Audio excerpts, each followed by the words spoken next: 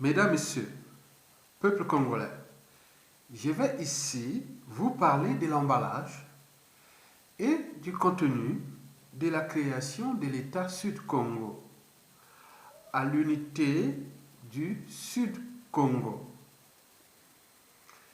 tels qu'ils sont vus par moi-même, par les nordistes, par les sudistes, par les Congolais, africains, par la France-Afrique et par l'humanité tout entière. C'est-à-dire ceux qui, à un moment ou l'autre, ont vécu au Congo ou qui ont des rapports ou des relations amoureuses ou familiales, des relations politiques, économiques, sociales, culturelles avec le Congo-Brazzaville, qui connaît aussi mieux que moi la situation que je vais ici décrypter et qui vont certainement donner leur point de vue. Hein, il suffira seulement de voir ceux qui aiment ou n'aimeront pas ce que j'ai mis là en termes de aiment ou n'aiment pas. Et à ce moment-là, vous aurez compris là où se trouve la majorité du consensus du décryptage de cet emballage et du contenu de la création de l'État Sud-Congo ou de l'unité du Sud-Congo.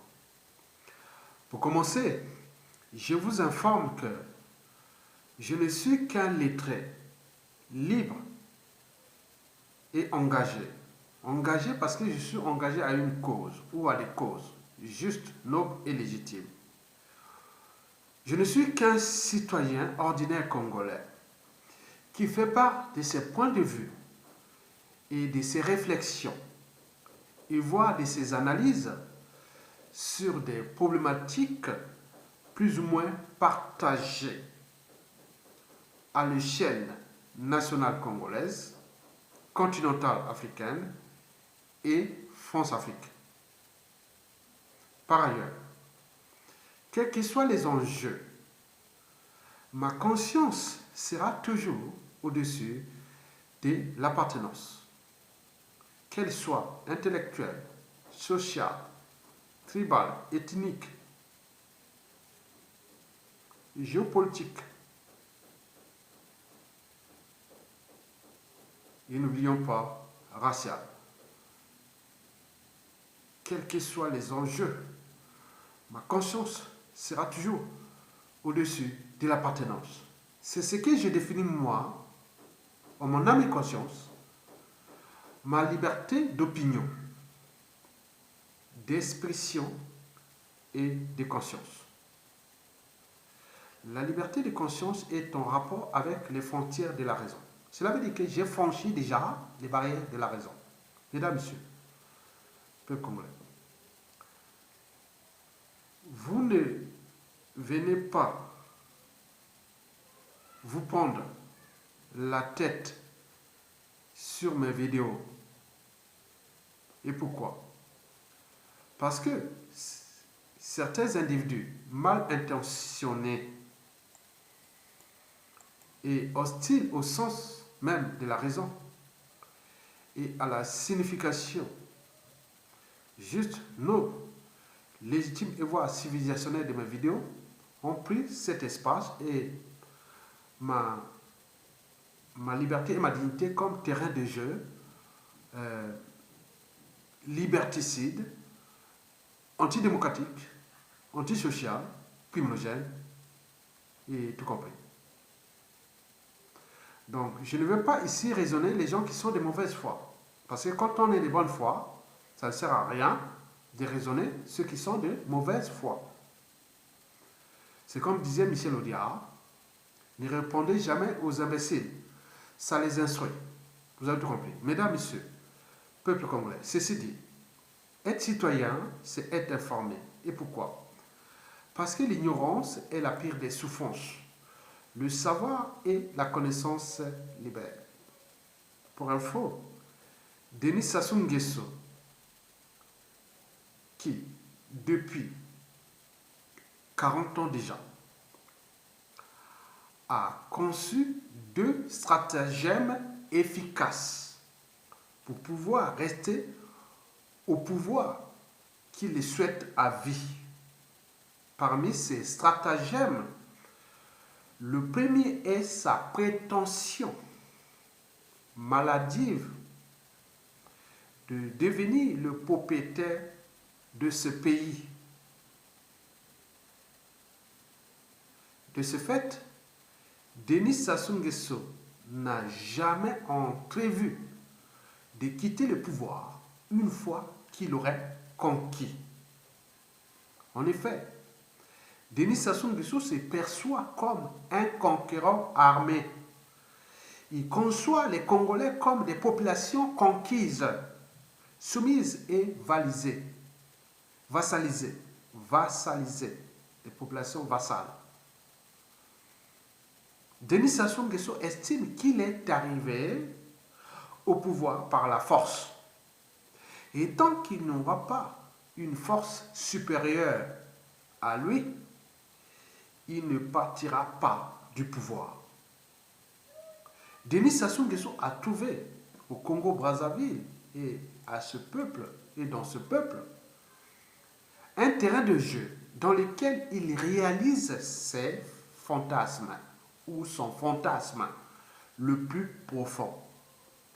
Mentir sur son passé, s'inventer un glorieux présent pour pouvoir dominer les Congolais et surtout entretenir un pouvoir mégalomaniaque, sadique et criminel. Mesdames, Messieurs, peuple congolais, le deuxième stratagème de Denis Sassou Nguesso est dans son art de diviser pour mieux régner, ou plutôt de damer le pion aux Congolais ou à l'âme et à la dignité des Congolais, de toute couche sociale confondue, du clochard au milliardaire, du civil au politicien et au militaire. Le saviez-vous que Denis Sassou Nguesso ne sait ni additionner, ni multiplier les bonnes volontés, ni les bons talents pour le sens de l'intérêt général ou de l'intérêt de ce pays? Denis Sassou Nguesso ne cesse et n'a cessé de diviser ou, à défaut, de soustraire tout ce qui a été et reste de meilleur dans ce pays qu'il a conquis. Il a cyniquement forcé à l'exil, puis traqué et empoisonné des dignes fils du Congo. Il a cyniquement déclassé les dignes fils du Congo. Il les a emprisonnés et ou éliminés, assassinats, souvent par empoisonnement. Tous les dignes fils de ce pays, c'est la règle. Mesdames, Messieurs, d'ailleurs, avec le recul, nous avions pu déceler 3 maladies mentales chez Denis Sassou Nguesso. D'abord, le mensonge sur son passé.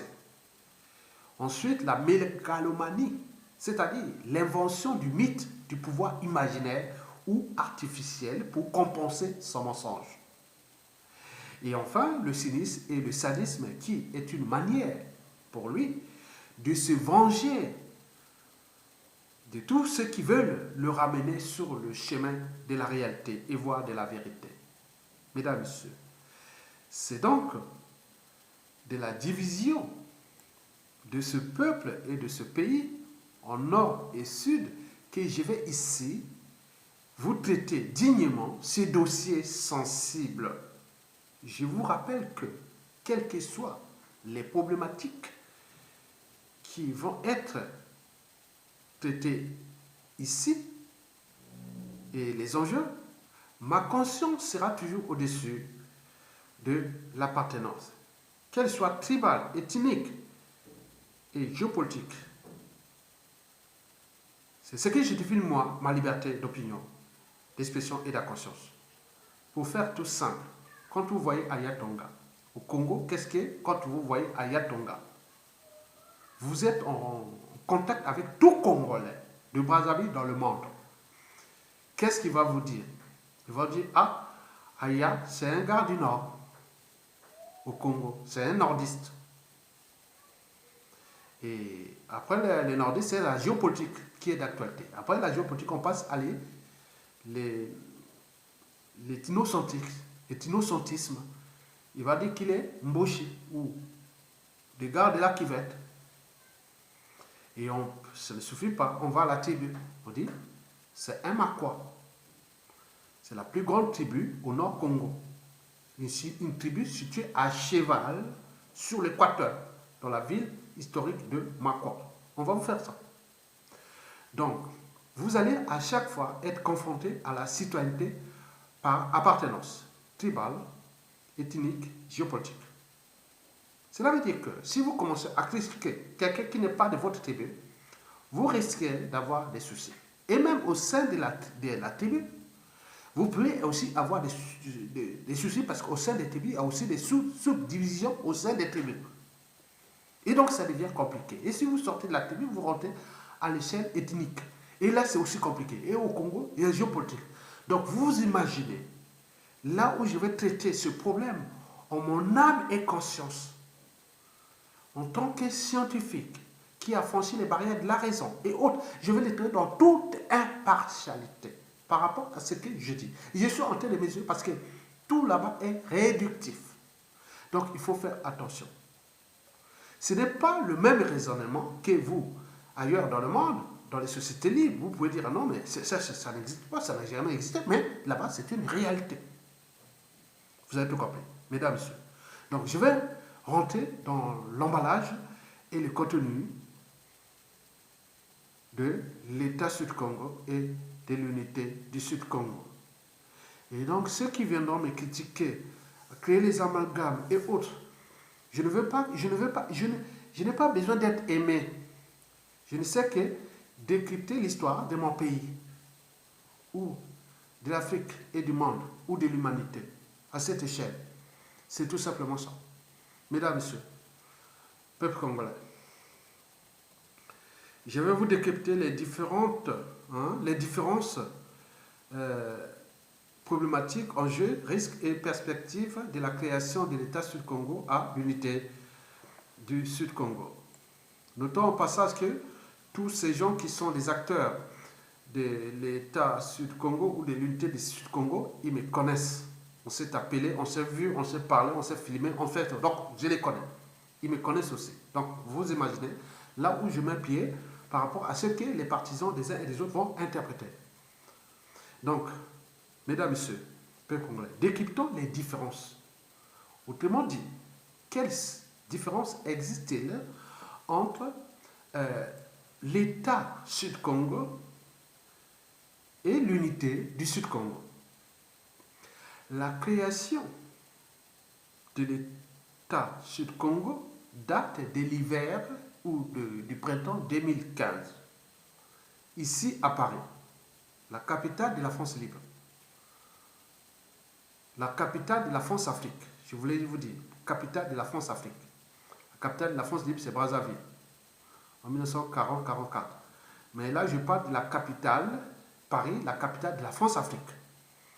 Donc, l'État Sud-Congo fut créé ici, en France, et notamment à Paris, je pense en hiver ou au printemps 2015. Il y en avait même une conférence et autres, et voilà, avec tout ce qui était là. Les acteurs sont. Si bien que certains esprits éclairés nous informent que la création de cet État Sud-Congo est une utopie, une idée des officines de Pilat, c'est-à-dire issue de la dictature France-Afrique de Denis Sassou Nguesso, dans l'art de diviser pour mieux régner. Les partisans de cet État imaginaire Sud-Congo prônent la partition ou la scission de la République du Congo actuelle en deux États, entre le Nord et le Sud-Congo, Brazzaville actuelle. Cette scission serait fondée sur la base ethnique et géopolitique, et non idéologique. Mesdames, Messieurs, peuple congolais. Quant à l'unité du Sud, elle serait créée l'été dernier. L'été de cette année, hein, qu'est-ce qu'on peut dire? L'été de cette année, c'est-à-dire, je pense, août ou septembre 2020, simultanément au Canada et en France. Je répète, quant à l'unité du Sud-Congo, elle fut créée à l'été 2020, simultanément au Canada et en France. L'unité du Sud-Congo ne prend pas à la scission du pays, mais à l'unité des sudistes. La base de cette unité du Sud-Congo est également ethnique et géopolitique et non idéologique. L'enjeu c'est-à-dire la base de cet État Sud-Congo, c'est la base humanitaire, qu'il faut sauver les sudistes congolais du massacre des nordistes. Donc, on parle des nordistes, on parle de Denis Sassou Nguesso, le dictateur, qui est originaire du Nord. Mesdames, Messieurs, peuple congolais, dans tous les cas, que ce soit l'État Sud-Congo ou l'unité du Sud-Congo, la citoyenneté et la responsabilité citoyenne congolaise par appartenance ethnique et géopolitique sont clairement engagées et avérées. Mesdames, Messieurs, peuple congolais, décryptons les problématiques. Autrement dit, quelles problématiques sudistes pose-t-il la dictature de Denis Sassou Nguesso au regard de la création de l'État Sud-Congo et de l'unité du Sud-Congo? D'abord, au niveau de la création de l'État Sud-Congo, cette problématique pose à examiner des éclairages politiques, économiques, sociaux, culturels et humanitaires au regard de la dictature nordiste de Denis Sassou Nguesso.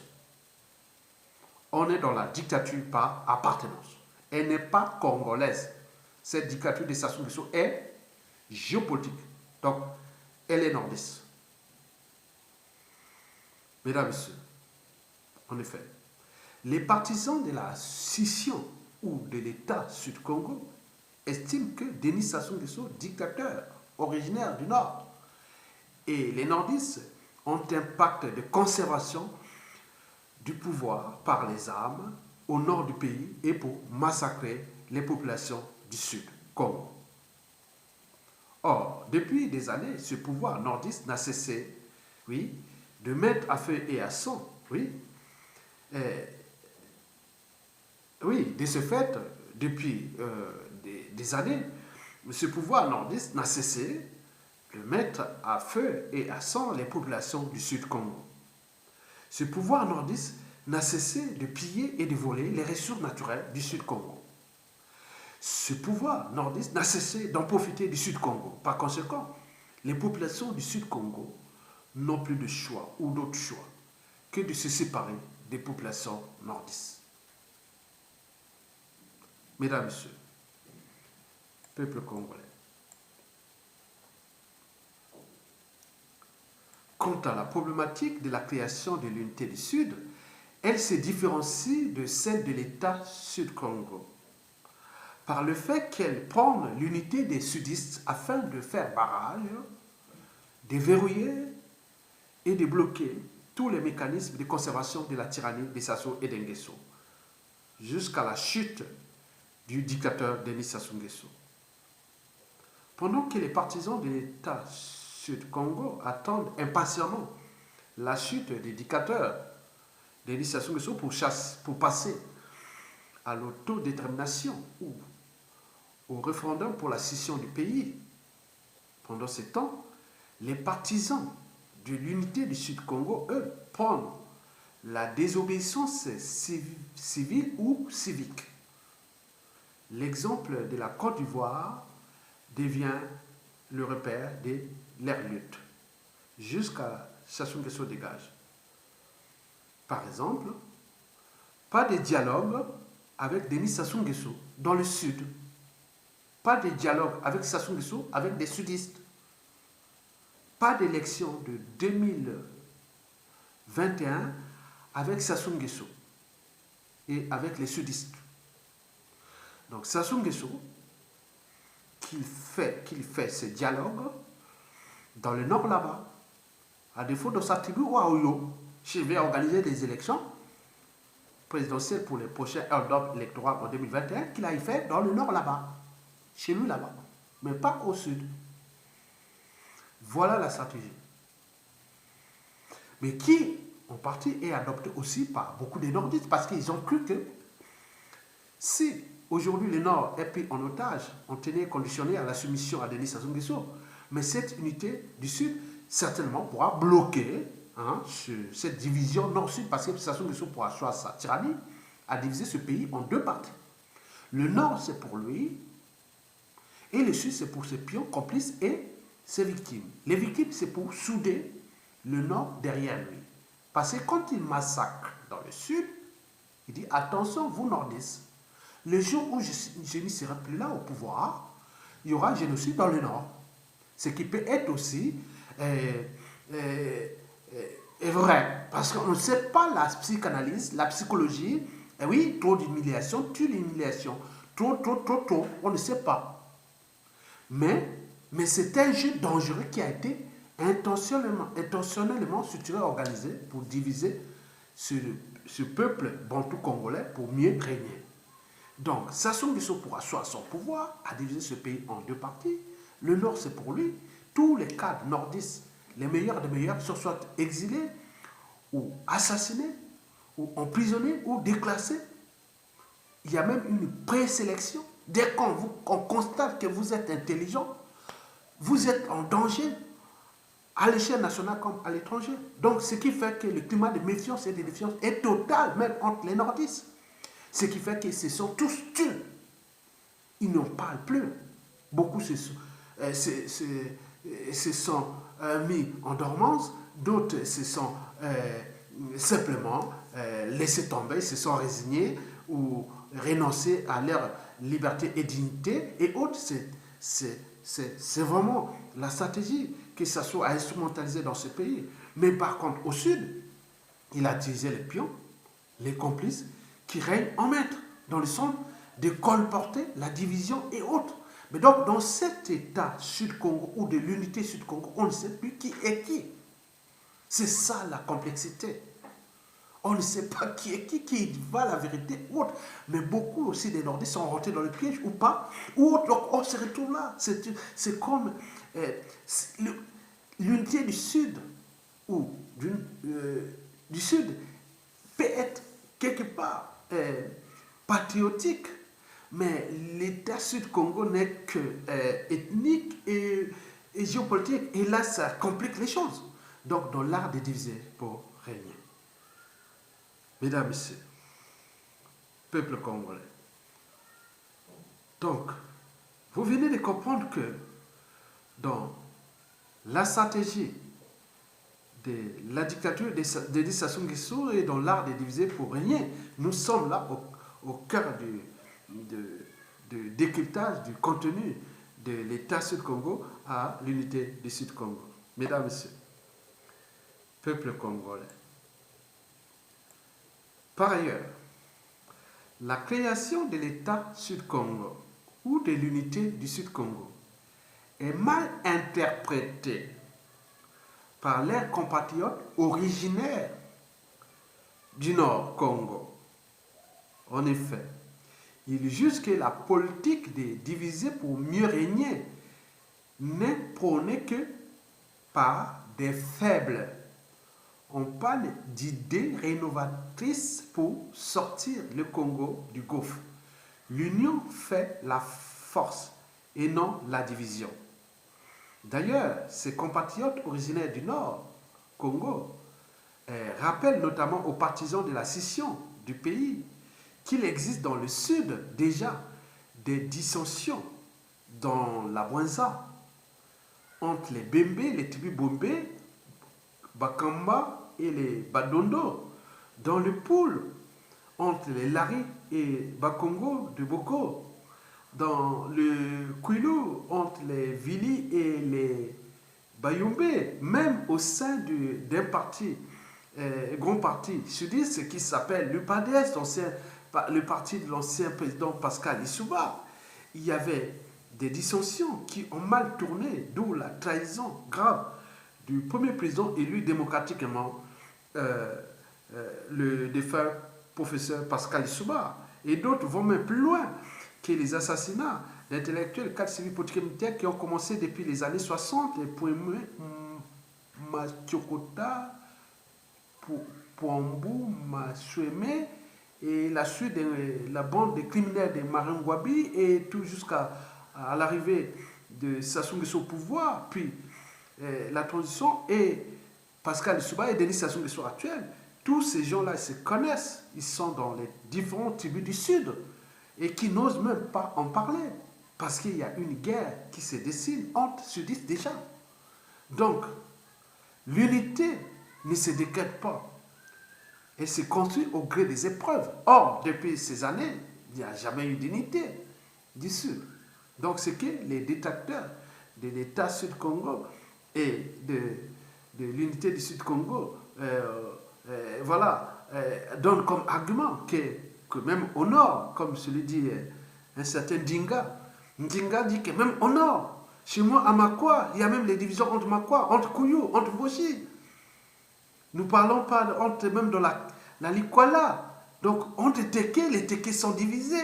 Mais vous voulez parler de quelle unité du Sud? Au nord, nous avons déjà ces problèmes. Le problème le problème de l'union, soi-disant, du Nord, c'est purement politique, des officines politiques, des privilèges, des conflits d'intérêts qui sont ensemble. Vous appelez le pouvoir politique et l'argent, ils sont divisés, comme dans le Sud. Donc, vous imaginez, mesdames, messieurs, peuple congolais. Discutons les différents enjeux. Autrement dit, quel enjeu sudiste pose-t-il la dictature de Denis Sassou Nguesso au regard de la création de l'État Sud-Congo et de l'unité du Sud-Congo? J'ai en fait distingué pour vous 4 enjeux. D'abord, du côté des Congolais, que le problème du pays, c'est qui pense que le problème du pays, c'est Denis Sassou Nguesso, son système nord, sud, est, ouest, et non à l'appartenance ethnique et géopolitique. Deuxièmement, c'est d'autres dire du côté du pouvoir, voir les enjeux du côté du pouvoir. Et puis du côté de l'État Sud-Congo et enfin du côté de l'unité du Sud-Congo. Commençons d'abord par le côté du peuple. C'est-à-dire du côté des Congolais, et ils pensent que les gens là qui parlent de la scission ou de l'unité du Sud-Congo, j'en parle des Congolais qui sont du nord au sud, de l'est à l'ouest, et ils pensent que les problèmes de l'unité du Sud-Congo ou du diaspora nord ou tout ce qu'ils racontent là, ça rentre simplement dans les mécanismes de la division des Congolais. Donc ils pensent que ces gens-là qui parlent de l'unité du Sud ou de l'État Sud-Congo ou de la diaspora nord, et tout ce monde-là sont payés par le régime de Brazzaville pour distraire les vrais combattants de l'unité nationale et du changement en profondeur de notre pays. Du côté du pouvoir, les enjeux sudistes de la création de l'État Sud-Congo et de l'unité du Sud-Congo, ce sont là des bonnes nouvelles, dont l'art est divisé pour mieux régner. Et ça semble bien marcher, disent certaines officines du pouvoir. Dès qu'on parle de l'État Sud-Congo ou de l'unité du Sud-Congo ou de diaspora nord ou tous ces trucs-là, on divise là, ça arrange le pouvoir. Ça, il n'y a pas de souci. Troisièmement, du côté de l'État Sud-Congo, l'enjeu est de sauver l'humain sudiste d'abord, puis l'indépendance du Sud-Congo et enfin reconstruire d'en bas vers le haut l'ancien royaume Luango ou Congo en une nouvelle nation. Enfin, du côté de l'unité du Sud-Congo, l'enjeu est d'inciter les sudistes à ne plus se laisser faire par Denis Sassou Nguesso et les nordistes. Par conséquent, l'unité du Sud Congo devient le préalable pour que Denis Sassou Nguesso dégage afin d'aboutir à l'application du manifeste de l'unité du Sud. Mesdames, Messieurs, peuple congolais, enfin, les partisans de la création de l'État du Sud-Congo et ou de l'unité du Sud-Congo estiment qu'ils ne sont ni des tribalistes, ni des ethno-centristes et encore moins des séparatistes. Et pourquoi? Parce que l'unité nationale, selon eux, n'a jamais existé dans ce pays. Et puis encore, le pouvoir nordiste n'a cessé de diviser les Congolais. Ce pouvoir nordiste n'a cessé de massacrer des sudistes. La preuve, c'est qu'il n'arrête pas de massacrer depuis 50 ans les sudistes. Les enjeux des partisans de la création de l'État du Sud-Congo ou de l'unité du Sud-Congo sont d'éviter l'extermination des sudistes par Denis Sassou Nguesso, originaire du Nord, champion du tribalisme, de l'ethnocentrisme et de la géopolitique en faveur des nordistes. Mesdames, Messieurs, le Congolais. Notons au passage que moi qui vous parle, je suis nordiste. Issu de la région de Sassou Nguesso, mais de la plus grande tribu qui est en périphérie de la tribu de Denis Sassou Nguesso. Vous avez tout compris. Donc vous voyez mon niveau de... Hein, là où j'ai élevé mon niveau de raisonnement, de conscience et autres, je suis pris dans ce monde-là. Donc je sais un peu de comprendre l'Afrique brute, comme on peut vous l'expliquer ici. Mesdames, Messieurs, peuple congolais, décryptons les différents risques encourus, ou autrement dit, quels risques sudistes peuvent-ils, quels risques sudistes pose-t-il la dictature de Sassou Nguesso au regard de la création de l'État Sud-Congo et de l'unité du Sud-Congo? Je pense à 5 risques. D'abord, le risque psychologique. Donc, le fait de répéter chaque fois les mêmes choses, hein, le fait d'entraînement, de conditionnement, oui, et qu'on parle que la division nord-sud et autres, c'est pas bon. Cela provoque un climat délétère, sociopolitique délétère, le climat de méfiance et de défiance entre nous. Et c'est un danger pour la lutte contre l'ennemi commun, Denis Sassou Nguesso. Donc là, le fait psychologique est là, parce que quand les gens parlent de l'unité du Sud, l'État du Sud, mais pour un patriote, même du Sud ou du Nord, il va être là, mais finalement, je ne sais pas, ça crée des doutes. Donc, mais, quoique, si je doute, donc je pense, donc je réfléchis. Est-ce que tout le monde a ce niveau de raisonnement et de conscience? Je ne le pense pas. Donc les gens vont simplement aller vers les émotions. Ah oui, ça y est, ces nordistes là, finalement, c'est vrai. Ils massacrent là, au sud, ils font ça, ils font ça. Mais quelqu'un ne peut pas savoir que c'est un système, que dans ce système de Sassou Nguesso, il y a autant de sudistes que de nordistes. Et que les sudistes, qu'ils soient du député jusqu'au ministre ou officier, ils ne se sont jamais désolidarisés de ce régime. Ils sont ensemble. Et donc, ils jouent ce jeu-là. Ils fréquentent les mêmes milieux, les mêmes officines et autres. Donc, vous êtes pris dans le pire. Donc, pour quelqu'un qui a un niveau de raisonnement qui est bas et autres, cela crée un climat de méfiance. Même moi, parfois, je me demande, quand je vois ça, je me dis, chaque fois on vient faire l'unité du Sud, et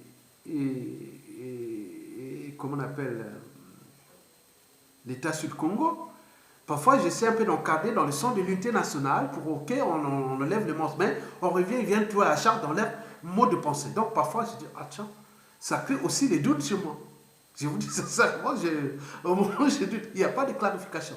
Parce que, bon, on peut avoir une pensée, mais il faut voir qui lance cette pensée, qui a émis cette pensée, lesquels sont derrière tout ça. Bon, donc on ne sait pas. Donc ça crée vraiment, c'est du pain béni pour Denis Sassou Nguesso sur ce plan-là. Et donc, sur le plan psychologique, le risque est là. Et donc, le climat de méfiance et de défiance. Et donc, dans ce climat, la division, c'est toujours le tyran qui gagne, quoi. Donc là, au moment, parfois, je sais un peu d'écouter les partisans de des entités, l'unité du Sud et aussi de l'État Sud-Congo. Moi qui les Congolais ils connaissent, hein, depuis le pays et jusqu'ici, en Occident, partout. Et il y a des gens, voilà, donc ils disent, ah oui, mais à ce pays, on voudrait avoir des gens comme toi, il y a ton gars. Mais parfois, je ne sais pas s'il y a des forces derrière ou des officiers derrière, on ne sait pas. Donc, vous avez tout compris. Ça, c'est le premier risque sur les 5. Le deuxième risque est citoyen. Parce qu'on voit bien que là, on tire à fond sur la citoyenneté par appartenance. Donc, les victimes des stations de ne sont plus des Congolais. Ils sont soit nordistes ou sudistes, c'est-à-dire l'appartenance. Ils sont soit d'une tribu ou d'un groupe ethnique. Donc là, la citoyenneté congolaise devient caduque. Pourquoi les gens ont encore des passeports, des cartes d'identité congolaises et congolaises? Donc il faut, voilà, donc ça repose. Est-ce que, au point de vue constitutionnel ou des institutions, s'écrit la citoyenneté par appartenance? Donc il faut revoir ça. C'est vraiment tout cela. Puisqu'on dit, ça ne tue pas des Congolais, ou ne déclasse pas les Congolais, ou autres, ils tuent par appartenance et autres. Donc sur ce plan, voilà, donc la citoyenneté est remise en cause. C'est une citoyenneté par appartenance qu'on en parle, quand on parle de l'enjeu de l'unité du Sud-Congo et de l'État Sud-Congo. Il faut se remettre en cause. Le paradoxe, c'est que la plupart des gens qui lancent ces genres de pensées vivent en Occident. Ok, dans l'Occident, elle a traversé beaucoup de crises, dont beaucoup de nations où vivent les penseurs de l'État Sud-Congo ou de l'unité Sud-Congo. Mais ils sont là, ils voient comment passent les crises, comment les gens cherchent à transformer, à transcender les crises. Parce que l'unité n'est pas acquise comme ça, c'est un combat, c'est un idéal. Donc on ne décrète pas l'unité, on l'a conçue au gré des épreuves.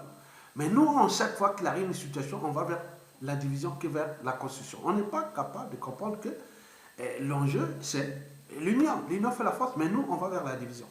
Donc vous avez tout compris. Donc du point de vue de la citoyenneté, c'est vraiment, vraiment des soucis qu'il faut vraiment voir, parce que j'ai un compatriote, pas un compatriote, mais un Africain, un métis, qui s'appelle Franklin Nyamse. Il est camerounais, hein, qui est ivoirien d'adoption, qui donne vraiment très écouté au Cameroun et en Côte d'Ivoire. Il donne vraiment la pensée africaine. Hein. C'est comme le professeur Covid Gomez, des gens comme ça. Donc il donne des pensées. Et quand on parlait des termes d'ivoirité, ce fut vraiment un piège, un piège de ces problèmes-là, parce que l'ivoirité, on voit bien ce que ça a donné par la suite. Donc nous, c'est l'État Sud-Congo, l'unité du Sud-Congo, on voit dans l'espace et le temps comment l'ivoirité, qui, au départ, l'idée fut pensée par Ouattara en réalité, et qui a été repris par Bédier, et puis a passé à Gbagbo, et aujourd'hui on voit les conséquences. Donc demain, les problématiques d'État Sud-Congo et autres, et de l'unité risquent de se retourner contre les fondateurs eux-mêmes. Donc voilà les dangers. Et donc sur le plan des risques citoyens, donc ces gens-là doivent prendre conscience que là ils sont dans un terrain dangereux avec un peuple ignorant, avec une anthropologie congolaise ou africaine qui n'est pas bonne. Les gens ont toujours tendance à réduire les choses là parce qu'il y a des choses qui sont dites avant, après ça revient vers vous comme ça, on se dit oh, mais finalement c'était dans le centre, les contextes de l'époque. Mais comment expliquer ces contextes-là que dit l'unité du Sud est pour que ça se dégage?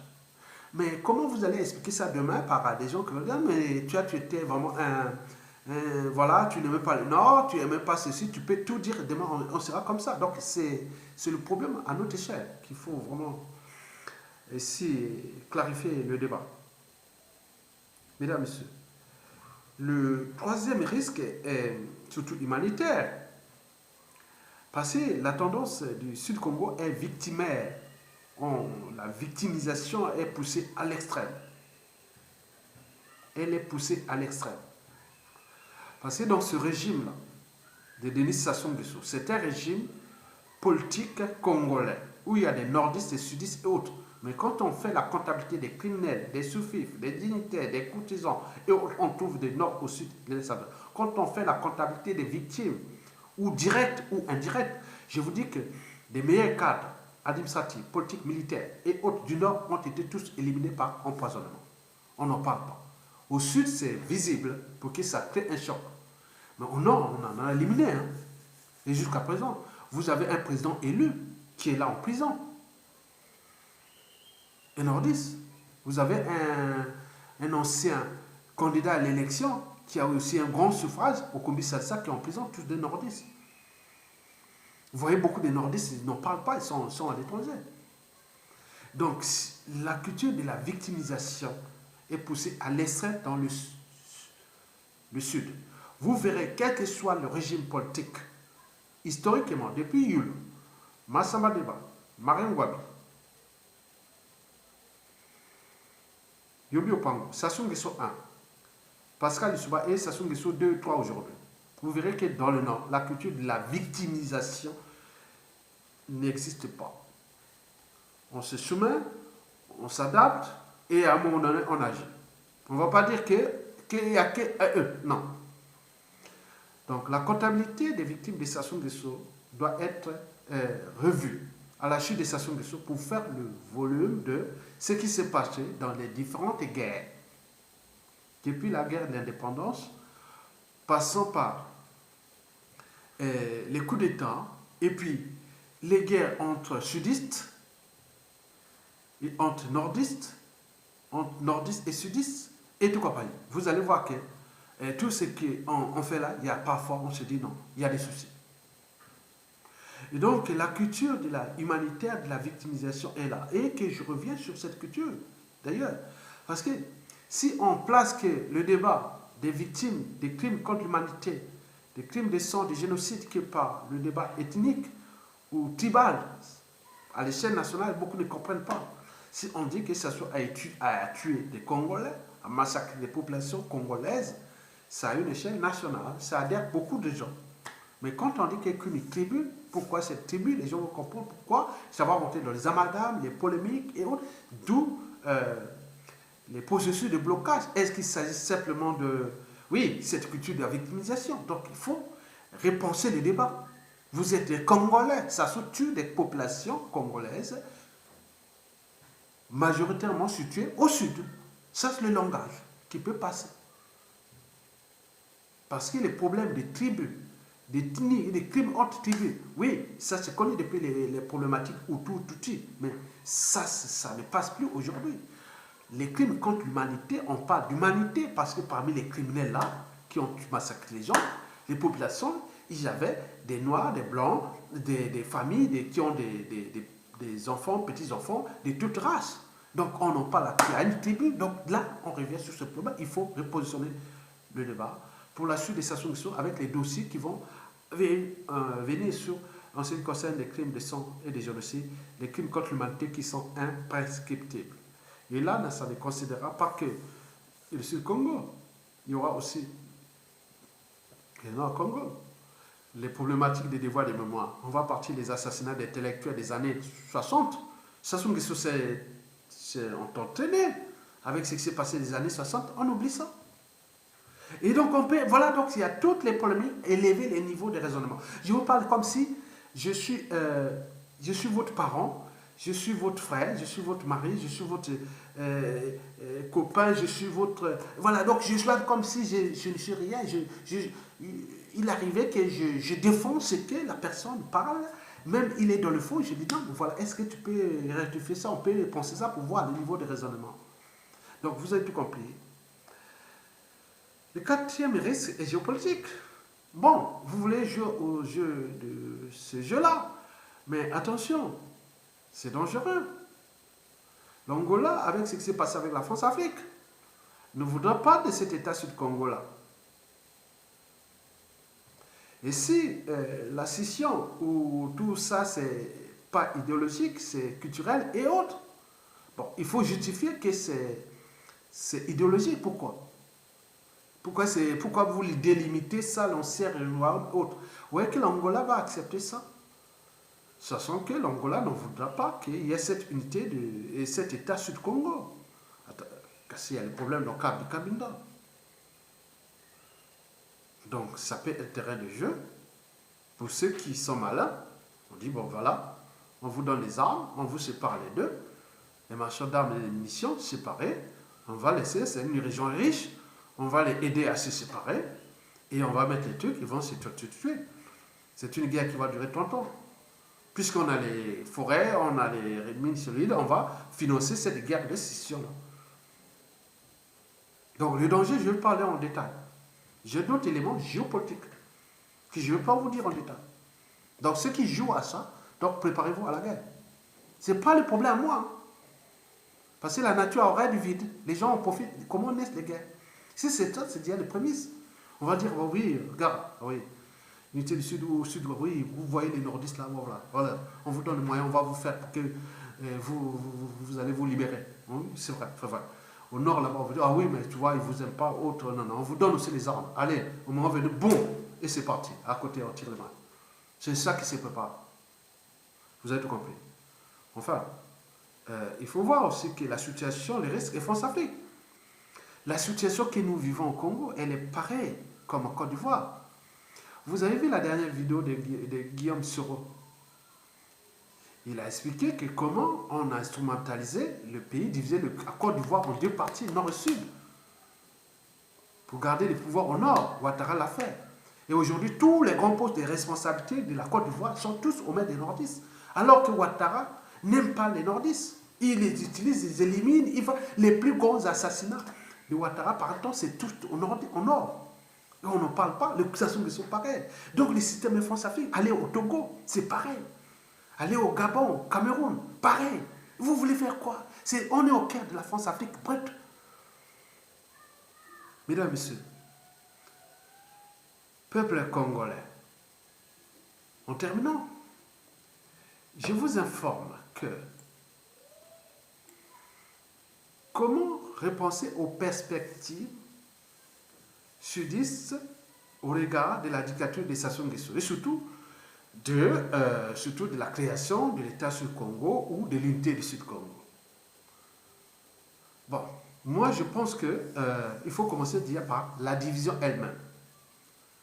Elle marche. Et sur ce plan, si nous continuons comme ça, qu'on n'est pas des citoyens congolais, on est au nord ou au sud, on n'est pas capable de s'entendre sur un dénominateur commun, comme cela se passe en ce moment en Côte d'Ivoire, malgré la division, ils sont en train de se battre contre cette division. On a vu au Soudan, on a l'Algérie, partout des peuples comme ça, mais nous on dit bon, on va diviser, donc ça va créer un climat de méfiance et de défiance, donc Sassou Nguesso va rester là encore là, jusqu'en 2021, mais dans tous les cas, le pays est fouché, on va les fracasser, on va les détruire, il est fini. Donc on parlait encore de ça, c'est fini. Donc s'il continue à jouer ces jeux de division et autres, vous êtes au capable. Hein? Nous on peut être là ou on ne sera pas là. Mais les vidéos resteront, c'est la réalité. Parce que vous ne connaissez pas qui je fais compte. Quand je vous dis que du sud, du nord au sud, j'ai toutes les tribus derrière moi. Au nord déjà pas de ma famille. Ma famille, bon, et les plus proches, hein, c'est-à-dire les frères, sœurs et autres, je suis à 80% au nord, et notamment 80% de ma tribu Makwa. Oui, ça se suit. Mais les cousins, nièces, neveux et autres, j'en ai maintenant moitié-moitié. J'en ai tellement de téqués, de cousins, Jérémie. J'en ai tellement de bébés. J'en ai tellement de campagnes, de Larry, les villes surtout. Oh là là là, j'en ai. Voilà, donc je suis issu d'une grande famille, j'ai tout ça. Donc quand je suis ici, je dis, le jour où je rentre là-bas, tous ces cousins, ils vont venir de partout. J'en ai presque 700. Aujourd'hui, multiplier des trucs comme ça, direct, ils sont côté maternel ou paternel de moi, qui sont sortis, on a fait des grandes familles. Même s'ils meurent là-bas en mouche, et comme des mouches, j'en ai partout, là-bas au pays.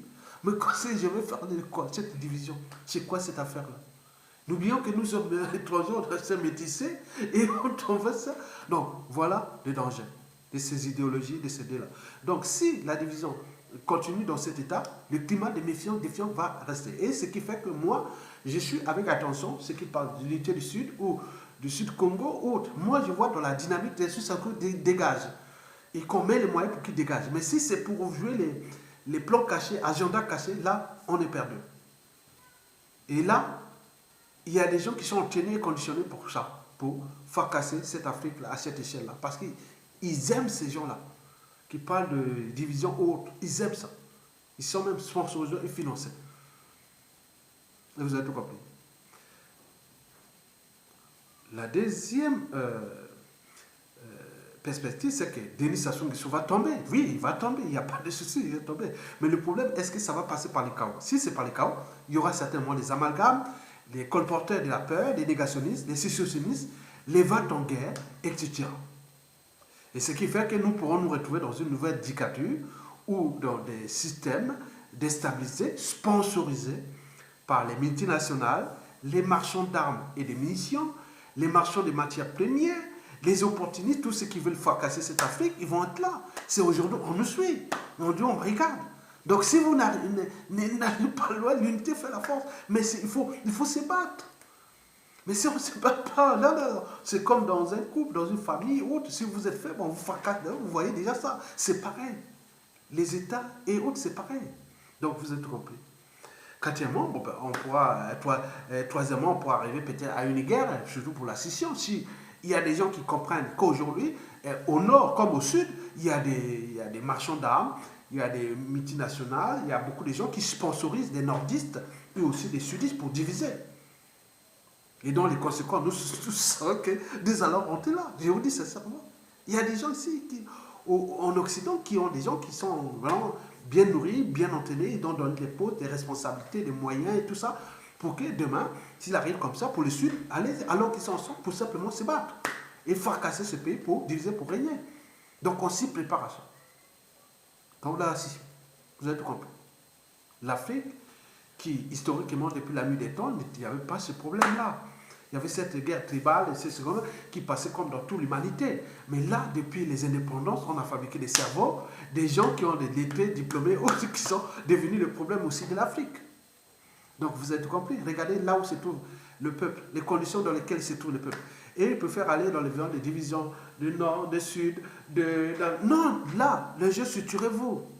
Aujourd'hui, c'est pas en Côte d'Ivoire, ils se sont battus au Soudan, ils se sont battus partout. Mais nous, on est là, on est obligé d'attendre. Mesdames, Messieurs. Quatrièmement, ça peut être le fédéralisme, à condition que Sassou Nguesso, son clan et tout le monde comprennent qu'on a un bien commun et que ce bien-là, à tout instant, et dans 100% des cas, il reviendra au peuple. Mais à qui? Si on ne fait pas attention, si on veut sauver tout le monde, pas chasse à l'homme, ni mort d'homme et tout compagnie, donc il faut aller au consensus, c'est-à-dire la transition politique consensuelle. Ou opposants, dissidents, faux opposants, tout le monde, on se retrouve là avec un règlement intérieur, une charte et la constitution de 1992, on fabrique quelque chose de nouveau pour repenser le Congo de demain, qu'il y ait moins de casse, moins de victimes. Parce que les armes sont déjà là, le marché d'armes et de munitions n'attend que ça. Donc on cherche les guerres. Mais l'Afrique devient un terrain de guerre. Donc les gens disent non, il faut éviter ça. Donc comment il faut éviter? Donc, mais au moins, les gens ont déjà préparé leurs pions, leurs ceci pour qu'on tire, quoi. Voilà. Donc, vous avez tout compris. Mesdames, Messieurs, peuple congolais. Donc, la terre entière nous regarde. Et les utopistes et tous ces gens-là pensent qu'on va s'en sortir par ces genres de pensées empiriques et du passé. Non, il y a d'autres enjeux. Vous avez tout compris. Je pense que cette vidéo a éveillé les consciences des uns et des autres. Et pour terminer, je vous informe que la France-Afrique a son agenda en Afrique. Il faut aller voir le rapport du Sénat de 2013 que j'ai mis dans une vidéo là, tout à l'heure là, que j'ai mis, ça s'écrit, hein, regardez la vidéo là, après regardez cette vidéo, c'est écrit les troisième mandat des valets France-Afrique deviennent-ils des machines à liquider les populations? Donc écoutez cette vidéo, vous allez voir les stratégies. Au Congo, au Gabon, au Cameroun, au Tchad et au Côte d'Ivoire et tout compagnie, vous allez voir que la situation est pareille comme nous. Nous, on peut faire tourner les dos, aller dire, ah oui, c'est là-bas, c'est les autres, c'est au nord, au sud, c'est celui de ton voisin. Non, non, non. Les gens, il faut voir qu'ils ont trouvé des stratégies il y a des bureaux d'études, il y a des cabinets d'experts, il y a des instituts de réflexion et tout ça, qui travaillent pour les stratégies des États, des intérêts vitaux, beaucoup de choses comme ça, qu'on appelle les relations internationales stratégiques. Et que les puissances, les grandes puissances économiques, ils ont mis des gens formés pour ça, pour trouver des stratégies, surtout que nous sommes la proie maintenant du monde entier. Donc si on ne se structure pas et qu'on va diviser, on va faire ça, on va perdre de temps comme depuis l'esclavage, la colonisation, quoi. Et les néocolonialistes actuels qui entretenus par nous-mêmes aussi. Bon, il faut se dire que de notre côté, oui, dans notre pays, hein, Denis Sassou Nguesso a son agenda de liquider les Congolais et leur pays par rapport à ce que je vous ai dit, qu'il ne partira pas du pouvoir tant qu'il n'aura pas de rapport de force. Ça, il ne faut même pas... non, ne cherchez même pas. Ils s'en foutent. Mais il faut savoir que nous aussi, nous, peuple congolais, on a aussi notre agenda. Parce que le peuple est éternel, il a les derniers mots et les derniers jugements.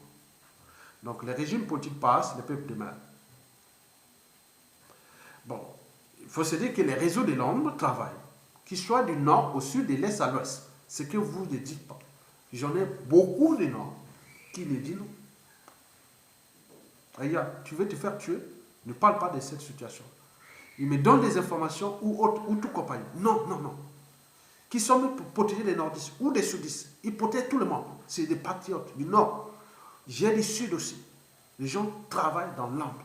Ils cherchent ce moyen. Il y a des choses qu'on est rentré dans une situation qui devient dangereuse. Ça joue sans toi, comme vous voyez le caïman sur les plages des rivières d'Amérique du Sud, où les jaguars viennent comme ça, bon, il attaque. Donc ça soit dans sa plage là-bas au Yo, dans ces trucs là-bas, donc les gens travaillent dans l'ombre. Donc attention. Donc, travaillez là. Mais pour vous donner une information qui est capitale, c'est que les réseaux de l'ombre travaillent pour que, oui, ils ne sont pas que congolais, ils sont africains, ils sont beaucoup France-Afrique. Ils sont français. Ils sont même de la France. D'où l'intérêt que je parle de la France-Afrique, des peuples qui arrivent. Ils sont français, beaucoup de français. Vous imaginez? Et le combat, c'est que l'homme, c'est qu'il faut asphyxier Sassou Nguesso. Parce qu'on ne joue pas au dictateur sans argent. Donc, ils sont en train d'asphyxier financièrement Sassou Nguesso. Les résultats commencent à porter des fruits. Vous avez par exemple pu voir tous les moyens, comme on appelle, qu'il a fait pour le FMI ou pour tout ça, ça ne passe plus. Donc, il y a beaucoup de choses que je veux vous dire. On dit qu'on ne joue pas au dictateur sans argent. Et donc, tous les gens là sont en train de travailler dans l'ombre. Voilà. Donc, l'enjeu, c'est que l'humanité aujourd'hui, c'est l'argent et le pouvoir. Mais pour avoir le pouvoir, il faut l'argent. Donc, lui, il a l'argent et le pouvoir. Mais là, on est en train de tout bloquer, son modèle économique, donc tout. Donc, à un moment donné, il va s'écouler comme un château de cartes. Donc, il a son agenda, des dialogues, ou des présidentielles qu'il veut, il fait son truc là-bas. Retenez bien qu'on est dans un truc vraiment, hein, là, ça soit là, il a son agenda, son destin comme ça. Nous aussi, on est comme ça. La France-Afrique, peut-être, il est à côté de Sassou, à côté de nous, regarde. Donc, retenez bien que ça, je ne veux pas vous faire le détail, mais seule la lutte libère, mais je vous informe qu'après, Sassou Nguesso sera rude pour les gens qui continuent à travailler dans l'ombre contre le peuple, qu'on appelle les diasporés, plein de trucs là. Souvenez-vous des trucs de Yombi là. Souvenez-vous de Sassou Nguesso quand elle a fait tomber l'Isuba. Souvenez-vous de tout ce qu'au pays là-bas, c'est souvent ça.